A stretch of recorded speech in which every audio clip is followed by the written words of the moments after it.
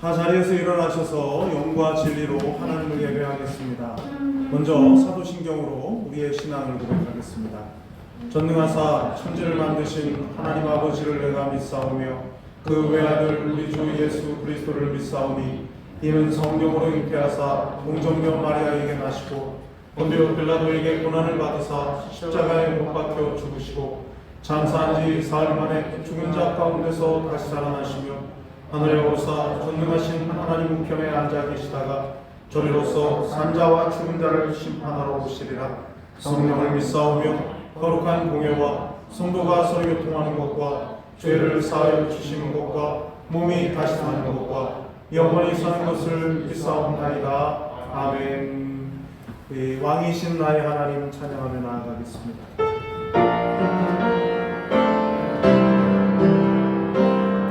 왕이신 나의 하나님, 왕이신 나의 하나님, 내가 주를 높이고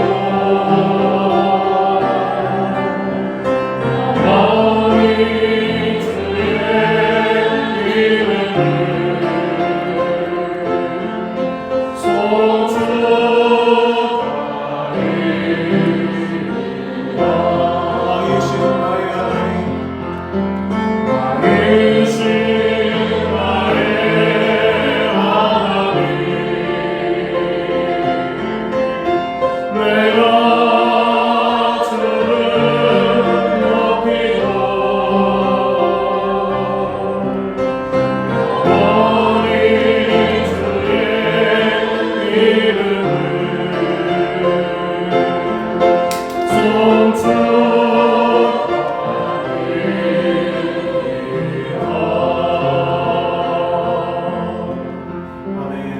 자리에 앉으셔서 찬송 268장 죄에서 자유를 얻는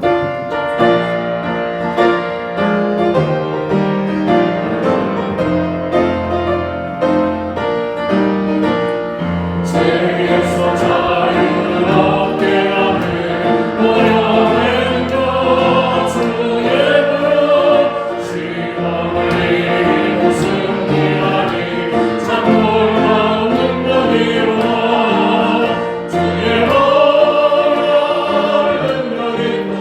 주의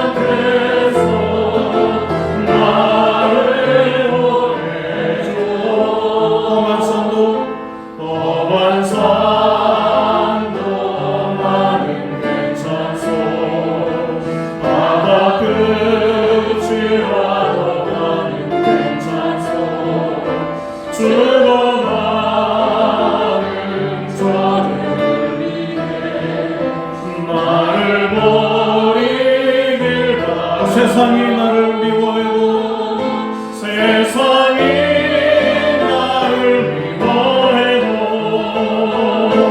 나는 사랑하겠소.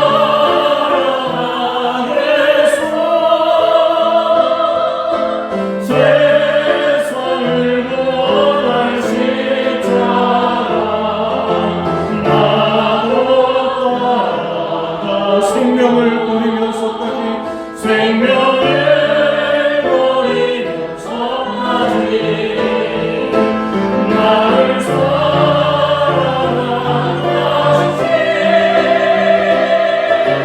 이 자는 나를 받아주고 나도 사랑하오. 살아계신 하나님 아버지, 한 주간도 우리가 죄성을 가지고 세상에서 살다가 그 모습 그대로 나왔사오니 우리를 용서하여 주시옵소서.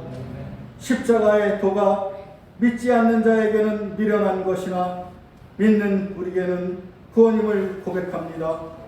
주님, 우리가 매일매일 살아가는 것이 아니라 죽음의 시간 앞으로 하루하루 죽어가는 것인데 말씀 앞에 날마다 죽어지게 하시고 주님만 바라고 달려가는 믿음의 상속자들이 되게 하옵소서. 또한 비대면 예배 시대에 소속감 없이 신앙생활하는 모든 이들이 함께 할 수 있는 시스템을 잘 구축하여 구원의 새 역사를 써가는 주님의 교회로 성장케 하옵소서. 코로나19가 장기화되고 이제는 감기와 독감과 같이 우리 가까이에 있는 질병으로 자리를 잡으려 하는 힘든 상황입니다. 백신과 치료제를 통하여 온전히 다스리게 하시고 전적으로 주님의 도우심만 바라고 나가게 하사 모든 것을 이기고도 나무 믿게 하옵소서. 한사랑에 새로이 편성된 각 기관과 세우신 일꾼들 성령의 띠로 하나가 되게 하사 부흥케 하옵소서. 우리의 다음 세대인 교육부를 축복하여 주시옵소서.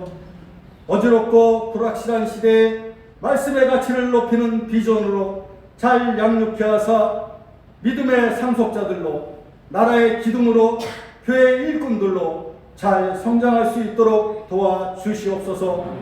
육신의 질병으로 고통받는 교우들 함께 하사 그들이 믿음으로 주님께 행한 일들을 기억하시고 추억하사 온전한 치료와 회복의 기적을 체험케 하옵소서.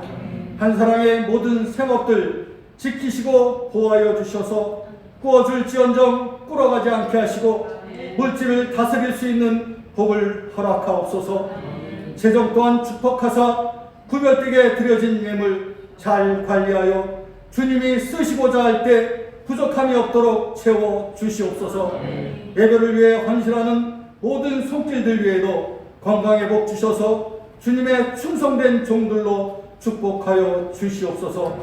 예배의 인도자로 주님의 대원자로 세우신 목사님 건강 지켜주시고 강건케 하사 은혜가 충만한 영적 예배되게 하옵소서. 감사드리며 예수 그리스도 이름으로 기도드립니다. 이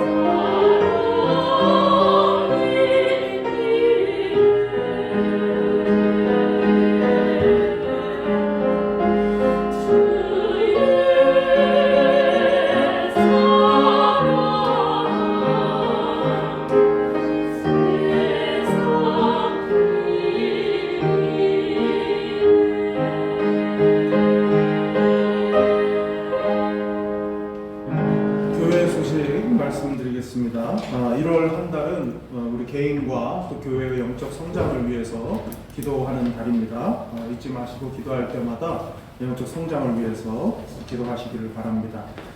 우리 교회는 정부의 방역 지침에 따라서 주일 예배 그리고 주중 예배에 임하고 있습니다. 잘 협조해 주셔서 감사하고 또 온라인으로 가정에서 예배하시는 여러분 모두에게도 동일한 은혜가 넘치시기를 바랍니다. 오늘 예배 후에 바로 이어서 위원장, 각 위원회 위원장 전체 모임을 이 자리에서 갖도록 하겠습니다.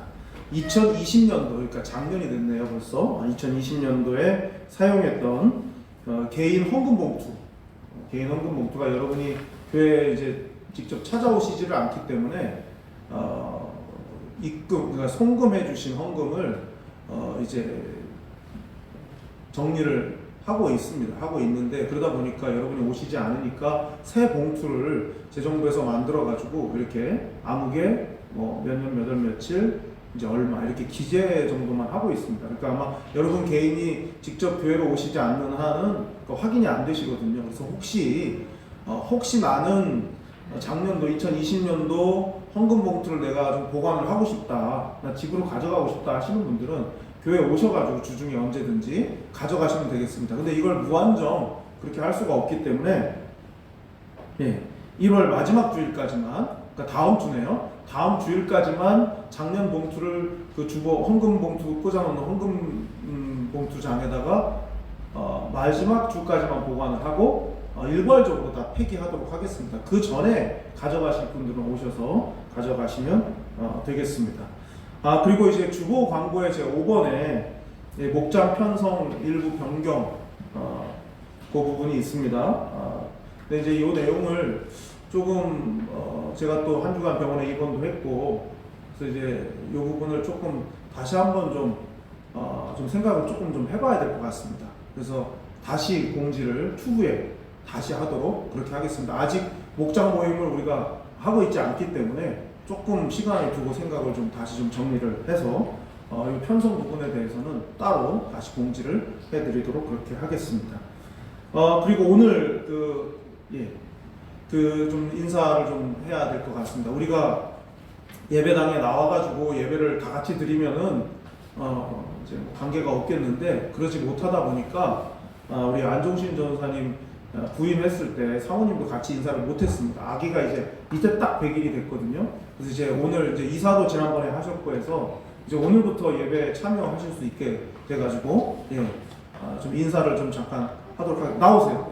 그러니까 이제 모여서 예배 드리면 그냥 인사만 하면 되는데 이게 비대면이다 보니까 좀 얼굴을 좀 아시라고 여기 오세요. 올라오세요. 이쪽으로 오세요. 우리 강주영 사모님이시고 우리 아기는 100일 된 사무엘인데 아빠랑 똑같이 생겼습니다. 사무엘이라고. 인사하도록 하겠습니다.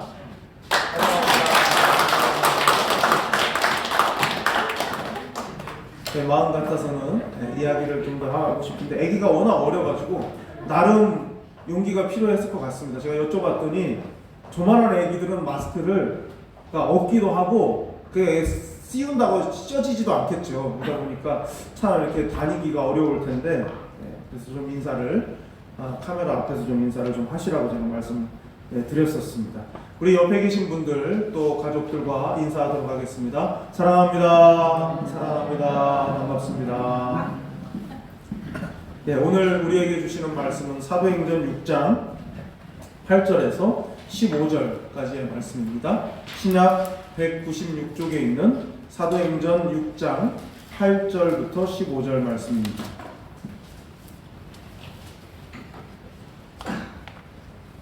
사도행전 6장 8절에서 15절까지의 말씀입니다. 제가 봉독하겠습니다. 스데반이 은혜와 권능이 충만하여 큰 기사와 표적을 민간에 행하니 이른바 자유민들 즉 구레네인, 알렉산드리아인, 빌리기아와 아시아에서 온 사람들의 회당에서 어떤 자들이 일어나 스데반과 더불어 논쟁할세. 스데반이 지혜와 성령으로 말함을 그들이 능히 당하지 못하여 사람들을 매수하여 말하게 하되 이 사람이 모세와 하나님을 모독하는 말을 하는 것을 우리가 들었노라 하게 하고 백성과 장로와 서기관들을 충동시켜 와서 잡아가지고 공회에 이르러 거짓 증인들을 세우니 이르되 이 사람이 이 거룩한 곳과 율법을 거슬러 말하기를 마지 아니하는도다. 그의 말에 이 나사렛 예수가 이곳을 헐고 또 모세가 우리에게 전하여 준 규례를 고치겠다 함을 우리가 들었노라 하거늘 공회 중에 앉은 사람들이 다 스데반을 주목하여 보니 그 얼굴이 천사의 얼굴과 같더라. 아멘. 지난 주일을 앞둔 토요일에 제가 가벼운 접촉사고가 있었습니다. 물론 큰 사고는 아니었지만 차량이 일부 파손이 되어서 수리를 했습니다. 감사하게도 큰 외상이 없고 또 해서 병원에 입원할 마음은 사실 전혀 없었죠. 물론 현장에서 상대 차량 운전자께서 저 상태를 확인했는데 저는 분명히 괜찮다고 그분에게도 이야기를 했습니다. 하지만 이제 저희 부부의 사고 소식을 들은 이 교통사고 경력자들, 경험자분들께서 여러 이야기들을 해주셨어요. 절대 병원에 안 가면 안 된다. 혹시라도 제가 안 갈까봐 막 걱정하셔가지고 많은 말씀들을 해주셨습니다. 일단은 입원해서 검사도 받아보고 이참에 다 고쳐서 나와라 뭐 하는 그런 말씀을 여러 분들이 하셨어요. 제가 많이 고장나 보였나봐요. 그래서 그런 말씀들을 해주셨습니다. 다 저희를 위해 주시고 또 걱정하셔서 하신 말씀이기 때문에 감사하게 생각을 합니다. 2주 정도 충분히 쉬면서 치료도 받고 나오면 얼마나 좋겠습니까? 그런데 오늘처럼 주일이 있지 않습니까? 주일이. 병원 측에 잠깐 이야기하고 예배만 인도하고 오겠다. 외출증을 좀 써달라. 이렇게 하면 될 줄 알았는데 이 코로나 상황이다 보니까 병원에서 환자가 입원 중에 교회에 간다 하는 것은 그들에게는 굉장히 좀 이렇게 용납할 수 없는 걸로 지금 현재 되어 있는 거죠. 뭐 그래도 방법은 있지 않겠습니까? 미리 다 준비하고 교회에다 다 갖다 놓은 다음에 말없이 그냥 몸만 살짝 빠져나와가지고 잠깐 예배 인도하고 다시 들어가면 되지 않겠습니까? 저도 처음에 이제 그런 생각을 했어요. 뭐 그렇게 해도 되겠구나. 근데 문득 제 마음을 스친 생각이 있었습니다. 아니 내가 목사로서 하나님을 예배하면서 왜 사람 눈치를 봐야 되고 거짓말까지 해야 되나, 또 떳떳하지 못하게 눈속임까지 할 필요는 없지 않은가 하는 생각이 들었습니다. 그게 첫 번째 이유, 태어난 첫 번째 이유고요.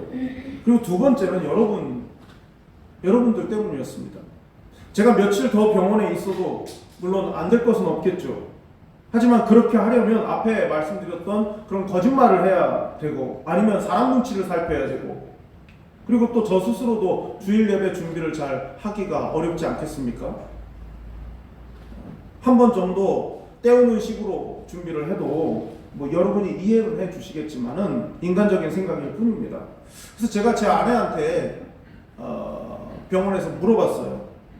당신이 내 아내가 아니고 그냥 한사랑교회 다니는 성도라면, 그럼 당신이 다니는 교회 목사가 병원에 며칠 더 있으려고 그렇게 또 주일 예배 준비도 부실하게 하고 사람들한테 이런저런 거짓말도 하고 그런 목사라면 당신이 성도인데 목사가 그렇다면 당신은 어떤 생각이 들겠냐고 그렇게 물었습니다. 그랬더니 제가 그렇게 말을 하니까 그냥 퇴원하자고 이야기를 하더라고요. 그게 이제 저의 진심인지를 알기 때문이지 않았겠습니까? 하나님께 부끄럽고 싶지 않고 또 내가 목회하는 교회 성도들한테 실망스럽게 하고 싶지 않은 게 제 마음입니다. 조금 못나 보이고 샘에 어두워 보이면 어떻습니까? 제가 무슨 의로운 척을 하기 위해서 그런 게 아니죠. 그게 제 본심이고 제 진심입니다. 저도 똑같은 죄인이고 저도 부족함이 많습니다. 그래서 그나마 제가 그래도 할 수 있는 거라도 똑바로 하고 싶은 게 제 본심입니다. 신앙은 그저 마음속으로 무언가를 염원하고 바라는 거 그게 신앙이 아닙니다. 말 그대로 신앙 생활이어야 하지 않겠습니까? 믿음이 삶으로 이어져야 그것이 신앙입니다. 믿음을 삶으로 연결하려고 하다 보면 여러 가지 겪게 되는 어려움이 있는데 우린 그것을 고난이라고 말하고 환난이라고 말합니다. 고난과 환난, 즉 믿음을 삶으로 연결하려다가 온몸으로 고난을 당하고 환난의 거센 바람을 맞아야만 했던 한 사람, 신약교회의 한 사람, 그 대표적인 인물, 순교자이기도 했던 스데반에 대해서 오늘 함께 생각해 보려고 합니다. 그는 예루살렘 교회의 첫 번째 집사이기도 했고요. 그는 순교자가 되기도 했습니다. 그에 대한 소개가 처음 나오는 말씀이 지난주 살펴봤던 6장 3절의 말씀이죠. 형제들아 너희 가운데서 성령과 지혜가 충만하여 칭찬받는 사람 7을 택하라. 우리가 이 일을 그들에게 맡기고 그랬습니다. 성령과 지혜가 충만하여 칭찬받는 사람으로 소개된 스데반의 좀 더 구체적인 모습을 오늘의 이 본문을 통해서 살펴볼 수 있습니다. 거짓과 악한 방법으로 도전해오는 사람들에게 그가 어떻게 대처했었는지를 확인할 수 있습니다. 본문을 통해서 예기치 못한 그런 상황 가운데서 어떻게 더 크리스찬답게, 더 성도답게 살 수 있을지를 함께 생각해 보려고 합니다. 첫 번째로 스데반은 은혜와 권능이 충만한 사람이었습니다. 8절을 보면요. 스데반이 은혜와 권능이 충만하여 큰 기사와 표적을 민간에 행하니. 여러분, 신앙이 좋다는 말이 무엇을 의미하는 걸까요? 예배에 빠지지 않고 헌금을 드리고 기도 생활을 잘하는 그런 경우를 우리는 보통 신앙이 좋다, 믿음이 좋다 이렇게 말을 합니다. 일정한 봉사를 하고 일정한 예물을 하나님께 드리는, 그래서 믿음이 좋다, 또 충성스럽다 그런 표현으로 그런 사람들을 소개하기도 합니다. 물론 그것이 신앙의 어떤 수준을 점검하는 기본적인 기준인 것은 틀림이 없습니다. 맞습니다. 그러나 그것만이 신앙의 수준을 점검하는 유일한 잣대는 분명 아닙니다. 하나님께서 우리를 교회당 안에서만 살게 하시지 않았기 때문입니다. 교회 안에서의 모습만으로 신앙의 좋고 나쁨을 따질 수가 없습니다. 세상에서 어떻게 사느냐로, 세상 속에서 작은 예수로서 살아가고 있는가로 그 사람의 신앙의 수준을 판단할 수가 있는 것입니다. 참 신앙은 교회 안에서도 그 모습이 나타나지만 교회 밖에서도 드러납니다. 신앙의 수준이 높아지면 높아질수록 교회 안에서의 모습과 교회 밖에서의 모습 사이의 차이가, 간극이 점점 좁혀지게 되어 있습니다. 그런 의미에서 오늘 본문에 나타난 스데반의 신앙은 우리로 하여금 신앙생활의 장이 결코 교회 안에 머물 수 없다라는 것, 교회 밖으로 연장되고 확장되어야 한다는 것을 분명하게 보여줍니다. 이 8절에 은혜와 권능이라는 말로 스데반을 소개하지 않습니까? 은혜와 권능의 사람이라고요. 이 은혜와 권능이라는 말은 보통 우리가 교회 안에서 쓰는 말이죠. 스데반은 은혜와 권능이 충만한 사람이었습니다. 교회 안에서 드러나는 믿음의 수준, 믿음의 크기가 큰 사람이었다는 뜻입니다. 또한 스데반은 큰 기사와 표적을 행했다라고도 말합니다. 그런데 그 기사와 표적을 행한 곳, 그 곳을 어디라고 말하고 있습니까? 교회 안이라고 말하지 않습니다. 교회 안에서 큰 기사와 표적을 행했다고 말하지 않습니다. 어디요? 민간에 행했다. 민간에 행했다라고 말씀하고 있어요. 이 민간에 행했다라는 말은요, 표준 세번역 성경이나 쉬운 성경에서는 백성 가운데에서라고 번역하고 있습니다. 그러니까 교회당 안이 아니에요. 교회당 안일 뿐만 아니라 교회당 바깥에까지 큰 기사와 표적을 행한 은혜와 권능으로 충만한 사람이 누구였다는 겁니까? 바로 스데반 집사였다는 것입니다.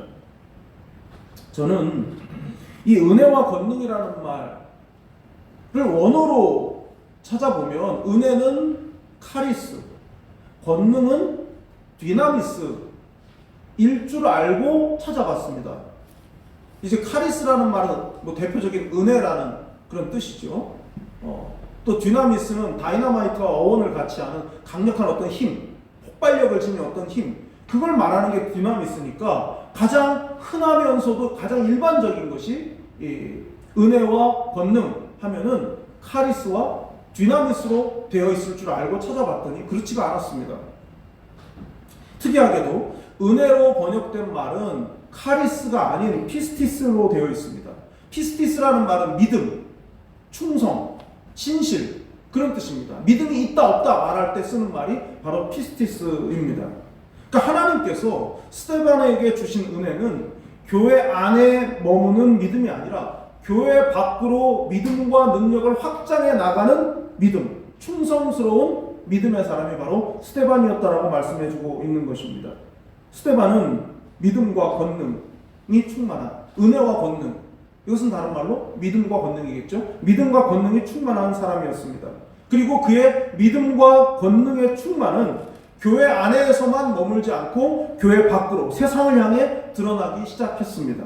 그의 충성은 어느 누구 앞에서의 충성도 아닌 바로 하나님 앞에서의 충성이기 때문에 교회 안에도 계시고 교회 밖에도 계시는 그 하나님 앞에 피스티스, 은혜와 권능으로 믿음으로 충만한 사람이 바로 스데반이었다. 이렇게 결론을 내릴 수가 있습니다. 아시는 바와 같이 스데반은 사도가 아닙니다.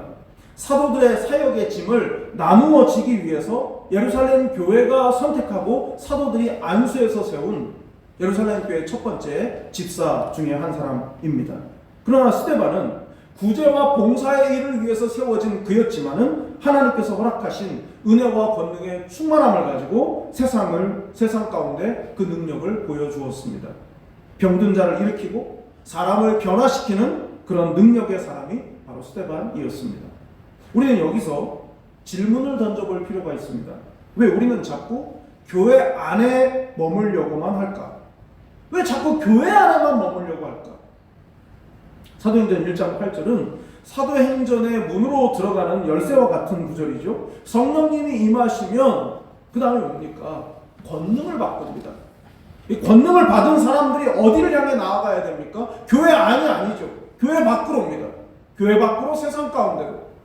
권능을 받은 자들이 교회 안에 안주하고 교회 안에 있으면 안전하고 교회 안에 있으면 편안하고 서로를 존중해주고 교회 안에 있으면 나를 함부로 하지 않으니까 교회 안에 있는 것을 더 좋아하겠지만은 그렇게 머물러 하지 않고 교회 밖으로 더 멀리 나가라고 그렇게 말씀합니다. 왜요? 은혜와 권능으로 충만한 권능을 받은 사람들이기 때문에. 그래서 교회를 안전지대로 삼아서 그 안에서 편안함을 추구하려고만 한다면 그 모습은 그가 권능의 사람이 아니라는 증거밖에 되지 않습니다. 우리가 심각하게 고민해야 하는 부분이죠. 나는 은혜의 사람, 나는 권능의 사람인가? 나는 믿음과 능력으로 충만한 그런 사람인가? 내가 만약 교회 밖에서는 교인이 아닌 것처럼 살고 교회 안에 들어와서만, 예배당 안에 들어와서만 교회 공동체 안에서만 교인처럼 살아가려 한다면 나는 은혜와 권능의 사람이 아닌 것이죠. 은혜와 권능을 행한 것이 백성들 사이, 즉 세상이었다고 했습니다. 스데반이 자기 자신에게 주신 하나님의 은혜와 권능을 교회 안에서 자기를 높이고 지분을 확보하는 수단으로 삼았다면 어떻게 됐겠습니까? 세상이 스데반을 우습게 여겼을 것입니다. 바로 이 대목이 우리가 우리 스스로를 깊이 성찰해 봐야 할 부분입니다. 예전엔 교회에서 어떤 직분을 받았다고 하면 세상 사람들도, 안 믿는 사람들도 그분을 어려워하고 존중해주는 분위기였습니다. 목사나 장로라고 하면 그래도 목사님, 장로님, 자기는 교회를 안 다니고 예수를 안 믿어도 목사님, 장로님 이렇게 불러주기라도 예전에는 했습니다. 그런데 마음이 내키지 않지만 그렇게 불러줬던 그 시절과는 다르게 요즘은 어떻습니까? 제가 목사인 줄 알면서도 사장님이라고 부르더라고요. 부자처럼 생겼나 봐요. 제가 목사인 줄 알아요. 교회 이름으로 뭐를 사고 교회 이름으로 뭔가를 계약하는데 제가 목사라는 걸 안 밝힐 수가 없으니까 밝힙니다. 그런데도 끝까지 사장님이라고 부릅니다. 뭔가 꼬여있는 거죠. 싫은 거죠, 너무나. 은혜와 권능을 민간에 행하지 못하면, 은혜와 권능을 세상 가운데서 드러내지 못하면 그 어떤 직분과 신앙의 경력을 가졌다 할지라도 어떤 누구도 존중해주지 않는다는 사실입니다. 여러분은 어떠십니까?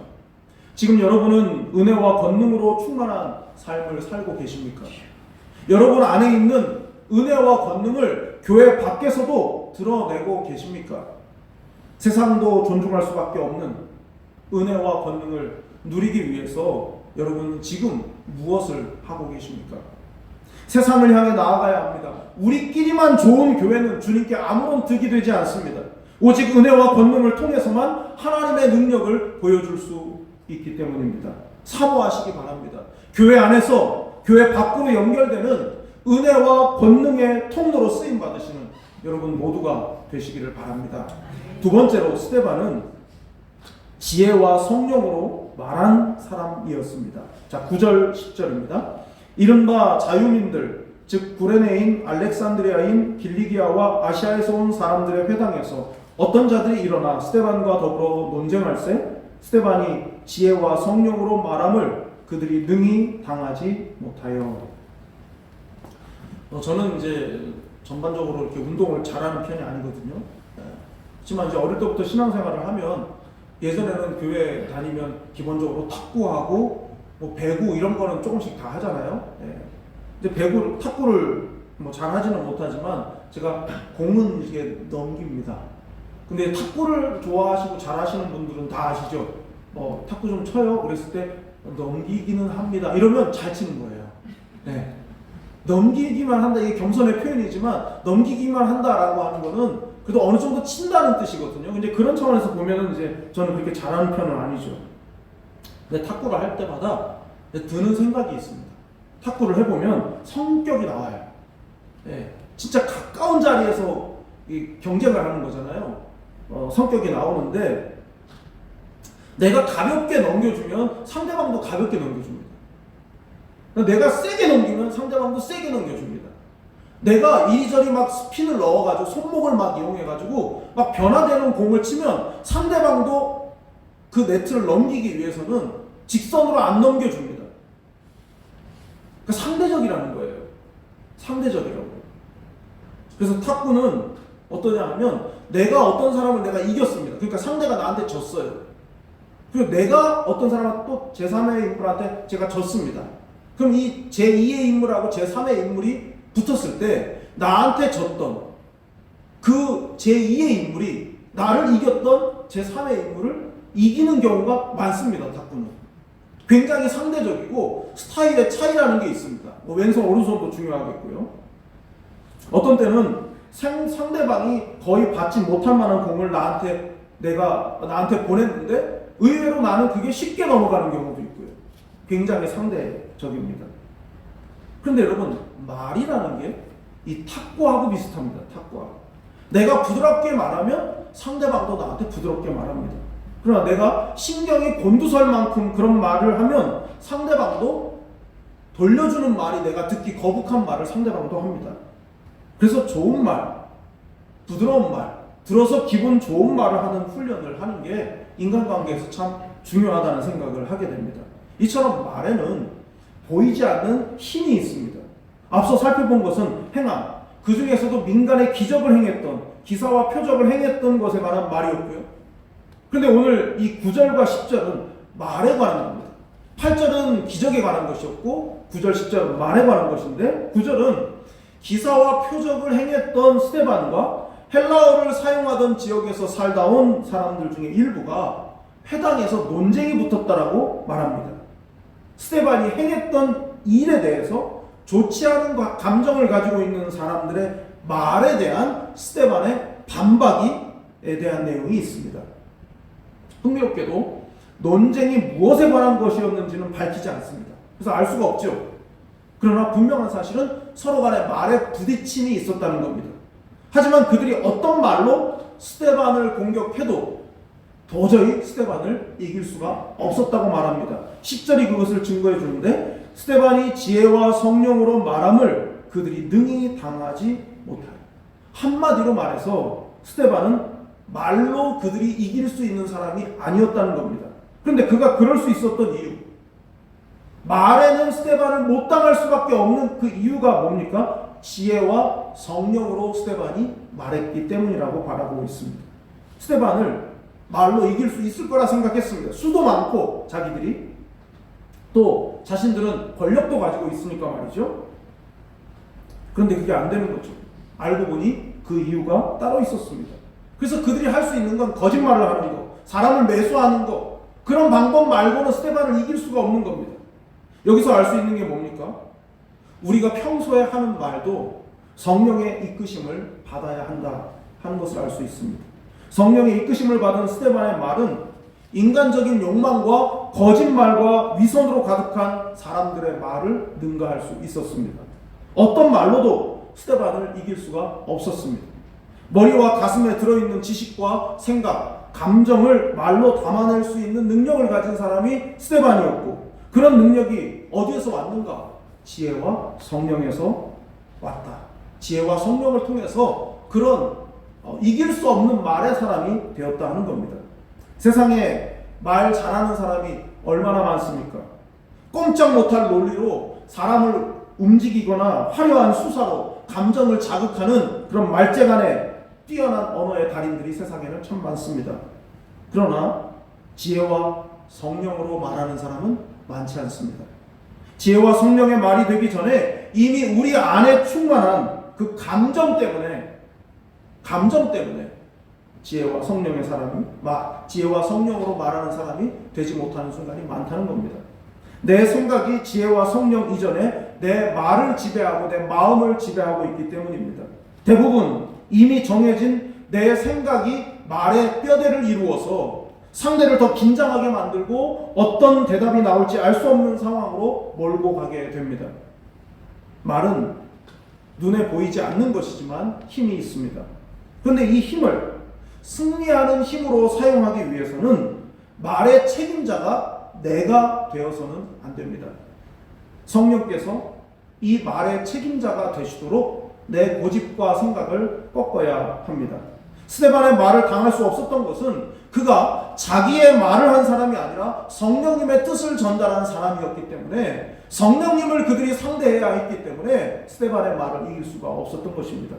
지난주 보았던 3절 말씀을 다시 보면, 형제들아 너희 가운데서 성령과 지혜가 충만하여 칭찬받는 사람 7을 택하라. 우리가 이 일을 그들에게 맡기고. 처음부터 7 집사를 뽑을 때 성령과 지혜가 충만한 사람들을 뽑았습니다. 성령과 지혜가 조금 있는 사람이 아니라 충만한 사람들이었기 때문에 그들에게서 나오는 말은 자기의 말이 아니었다는 겁니다. 지혜와 성령의 말이었다는 것이죠. 교회의 직분을 맡는다는 것은 단순히 어떤 일을 하는 것을 의미하지 않습니다. 사람을 상대하는 것이고 그 관계 속에서 말이 차지하는 비중은 매우 큽니다. 따라서 성령과 지혜가 충만하지 않으면 성령께서 원하시지 않는 말을 자꾸 할 수밖에 없게 되는 것이고 자기의 말을 하게 되는 것입니다. 자기의 말을 하는 사람들이 지혜와 성령으로 말하는 사람을 당해낼 수가 없습니다. 그런데 그게 안 되니까 자꾸 거짓을 말하고 그 위에 또 다른 거짓말을 자꾸만 보탤 수밖에 없는 겁니다. 그래서 교회는 말재간이 아니라 성령과 지혜로 말하는 공동체가 되어야 하는 것입니다. 여러분은 어떠십니까? 여러분은 누구의 말을 하십니까? 여러분의 말입니까? 아니면 성령님의 말씀입니까? 누군가에게 말로 서브를 넣을 때 부드럽고 받기 좋은 서브를 넣고 계십니까? 아니면 날카롭게 찌르는 송곳 서브를 말로 하고 계십니까? 나의 말을 하는 것이 아니라 성령님의 뜻을 전하는 도구로 여러분의 입술과 말이 더욱 거룩해지실 수 있기를 바랍니다. 교회 안팎에서 성령과 지혜의 말을 가진 그런 사람으로 살아가시는 여러분들 모두가 되시기를 바랍니다. 마지막 세 번째로 스데반은 천사의 얼굴을 한 사람이었습니다. 자, 15절입니다. 공회 중에 앉은 사람들이 다 스데반을 주목하여 보니 그 얼굴이 천사의 얼굴과 같더라. 지혜와 성령으로 말하는 이 스데반을 당해내지 못하자 그들이 할 수 있는 일은 사람을 매수해서 거짓 증인을 내세우는 거였습니다. 스데반을 죽이는 것을 처음부터 목적으로 삼고 처음부터 거짓 증거를 만들어내고 꾸며내기 시작했습니다. 사도행전을 기록한 누가는 7장에 이르기까지 스데반이 무슨 말을 했었는지를 마치 감추려는 의도를 가진 듯 소개하지 않고 있습니다. 여기까지 살펴보면 스데반은 기사와 표적을 행한 사람이고 지혜와 성령으로 말해서 누구도 당해낼 수 없는 사람이었다. 딱 거기까지죠. 그런데 무슨 기적을 행했는지 무슨 말을 했는지는 알려주고 있지를 않습니다. 그러는 동안 스데반을 죽이려고 했던 사람들은 무척이나 바쁘죠. 스데반이 직접 한 행동이나 말은 하나도 나와 있지 않고 그 반대편에 서 있는 사람들의 거짓으로 가득한 말과 행동만 기록하고 있습니다. 아마도 15절 말씀이 해답이 될 것 같습니다. 15절을 읽어보면 공회 앞에 앉은 사람들이 스데반을 주목해서 보았다라고 말합니다. 스데반을 주목해서 보았다. 스데반의 문제를 말하자면 일종의 기소죠. 스데반을 기소해서 이 사내들인 공회에다 딱 세워놓고 그를 두니까 사람들이 오히려 스데반을 더 주목해서 보게 되었다. 스데반을 죽이기 위해서 별의 별일을 다 꾸민 결과는 오히려 몰랐던 사람들까지 스데반을 자세히 살펴보는 계기가 되었습니다. 만약 스데반의 일을 문제 삼지 않았다면 스데반이 세상에 알려지는데 훨씬 더 오랜 시간이 걸렸을 것입니다. 상당히 느렸을 거예요.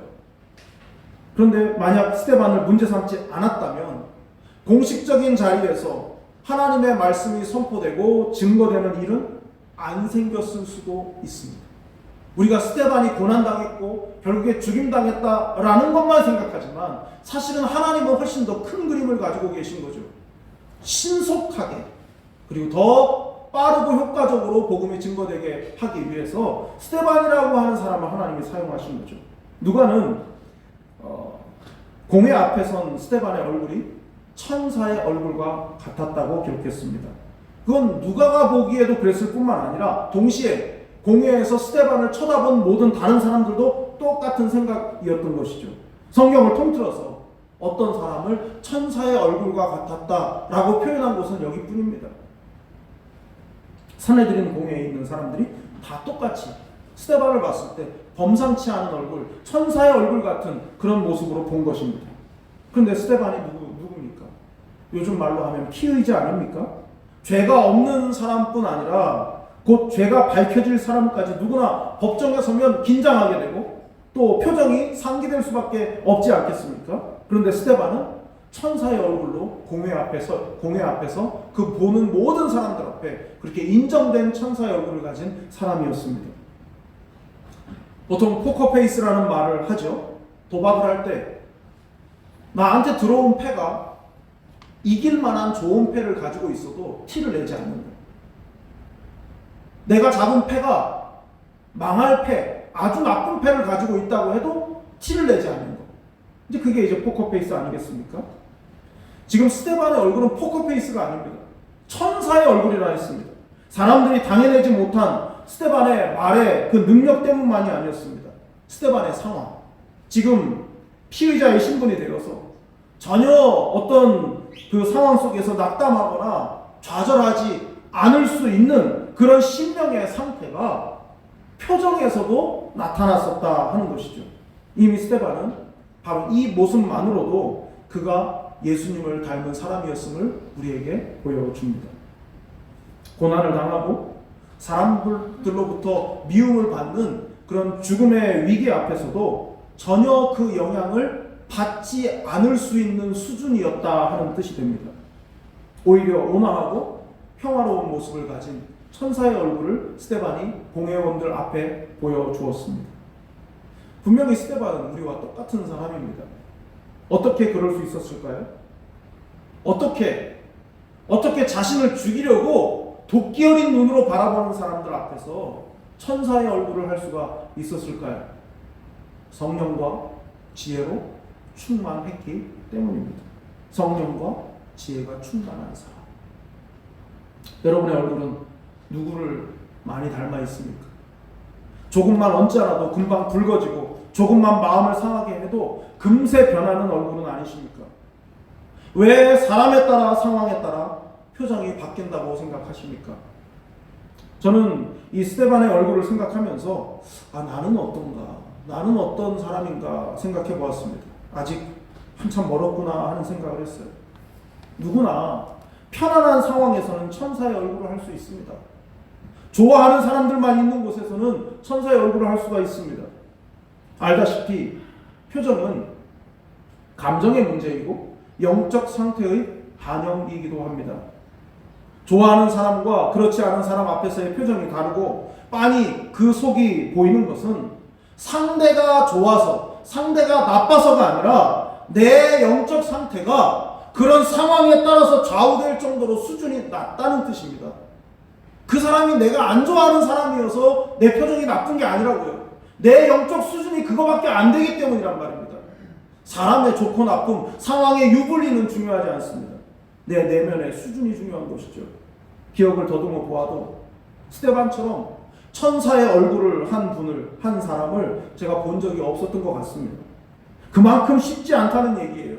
나를 반대하고 심지어 저주하고 죽이려고까지 하는 사람들 앞에서 천사의 얼굴을 가진다는 것은 영적 깊이가 어떠했는가를 보여주는 장면입니다. 나이가 40이 넘으면 자기 얼굴을 책임져야 한다라는 말이 있죠. 여러분, 영적으로도 마찬가지입니다. 영적 나이 40살, 예수 믿고 신앙생활한 지 40년이 넘었다면 천사의 얼굴, 예수님의 얼굴까지는 안 되더라도 그 비슷한 모습이라도 일정 부분 우리 안에 있어야 되지 않겠습니까? 신앙생활을 하면 할수록 우리 얼굴이 누구를 닮았느냐로 영적 수준을 드러내 보일 수 있다는 사실을 긴장감을 가지고 우리가 대해야 할 것입니다. 고난이든 상이든 어떤 때에도 주님의 얼굴을 닮으시는 여러분들이 되실 수 있기를 바랍니다. 주님의 얼굴을 닮은 여러분을 어느 누구도 능히 당해낼 수가 없게 될 것이기 때문입니다. 사랑하는 교회 여러분, 여러분의 삶의 원천이 지혜와 권능이시기를 바랍니다. 성령과 지혜로 충만한 영적 상태가 지혜와 성령의 언어 생활로 연결되실 수 있기를 바랍니다. 그리고 내면이 드러나는 얼굴에서 천사의 얼굴, 스데반의 얼굴, 우리 주님의 얼굴을 확인할 수 있게 되는 여러분의 얼굴이 되시는 그런 복을 누리시기를 간절히 축원합니다. 기도하겠습니다. 거룩하신 아버지 하나님, 우리는 너무나 연약하고 부족하여서 정말 지나고 보면 별것도 아닌 그런 일로 인하여 우리의 밑바닥을 다 드러내고 보일 때가 있음을 주님 앞에 고백합니다. 하나님, 성령과 지혜가 충만한 사람들이었기에 그 고난과 환난의 상황 속에서도 흔들림 없이 주님을 섬기고 교회를 세워나갔던 그들의 모습, 스데반의 모습을 지켜보았습니다. 하나님 아버지, 성령과 지혜로 충만한 우리 모두가 되게 하여 주시고 그 모습이 은혜와 권능으로 연결되며 아름다운 천사의 얼굴로 세상 가운데 드러낼 수 있는, 교회 밖에서까지도 하나님의 사람다움을 잃어버리지 않는 진정한 그리스도인으로 살아가는 우리 모두가 될 수 있도록 인도하여 주시옵소서. 사랑이 많으신 예수님의 이름으로 기도드리옵나이다. 아멘. 다 자리에서 일어나셔서 주가 보이신 생명의 길 찬양하고 기도하겠습니다.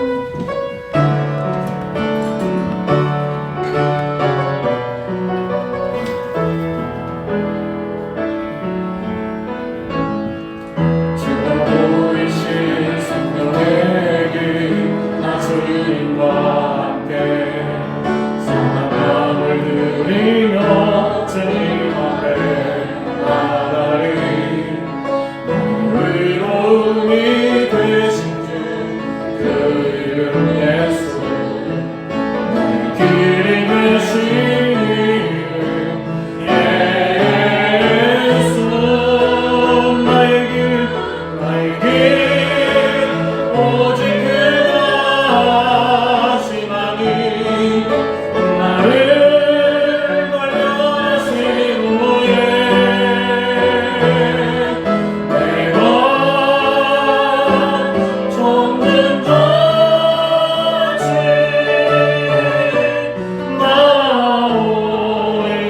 주가 보이신 생명의 주가 보이신 생명의 길 주님과 함께 생명을 누리며 주님 앞에 나가네 의로움이 되신 주 그 이름 예수 길이 되신